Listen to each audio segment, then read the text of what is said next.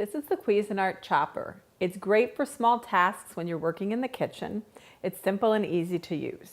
As you can see here, this is made out of stainless steel. This cover is meant to be used when you want to chop on a countertop and you don't have a cutting board. Or if you have a cutting board, you can remove it and actually cut right on the board by doing this. The other thing is that this can go directly into the dishwasher for easy cleaning, and you unlock it by twisting it and removing it, and you turn it to lock it back in place. So I'm going to show you how to chop some items today. It's so simple and easy. So what I'm going to do is I'm going to chop up some herbs first. Put that back in there, and you just gather them together. And I'm going to do it right on top of the cutting board. And what happens is you press up and down, you'll notice the blades rotate.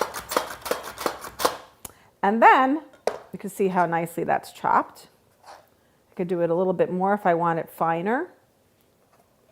Gather that together. And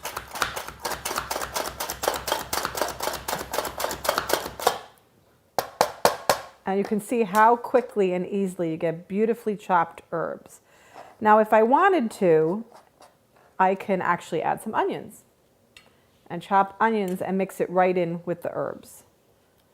So the reason I did the parsley first is I want it that much finer, but I might want to control the texture of the onions. So what I'm going to do is just chop it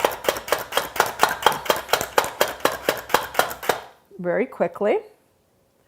And as you can see, I made the onions much coarser. And if you wanted to, you could continue chopping to make it even finer.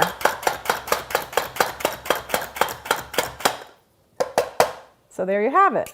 So now what you can do is you can take this and you can put it right in your skillet, and you can sweat the onions with some herbs, and you can really develop some nice, great flavors. The other thing that you can use this for is to chop nuts. If you're going to make a batch of cookies or even brownies, you can do almost any kind of vegetable.